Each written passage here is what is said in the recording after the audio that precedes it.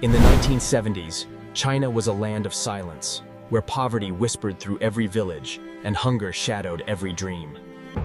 Factories stood still, streets carried struggle, and the dream of progress seemed impossible. Policies built on control and isolation had locked the nation's growth. The world moved ahead but China remained still. Then came a leader who dared to think differently and set change in motion.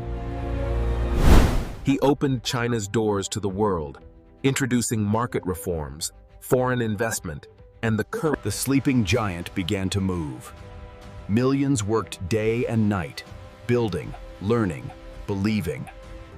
Cities like Shenzhen became symbols of change, where ambition replaced fear and innovation. China knew progress needed knowledge, so it rebuilt its schools, universities, and science centers. From classrooms to cosmos, education and innovation became China's new revolution. Then came infrastructure, the veins of a rising nation. China became the heart of global trade, supplying the world one container at a time. In agriculture, machines replaced manual struggle, turning fields of survival into gardens of prosperity. The people's spirit grew stronger, united by discipline, fueled by dreams.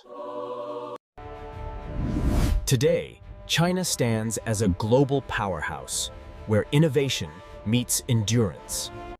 In technology and energy, from AI to EVs, China leads the march toward tomorrow.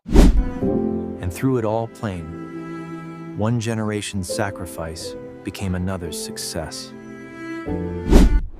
China's rise was not luck. It was leadership, vision, and relentless work.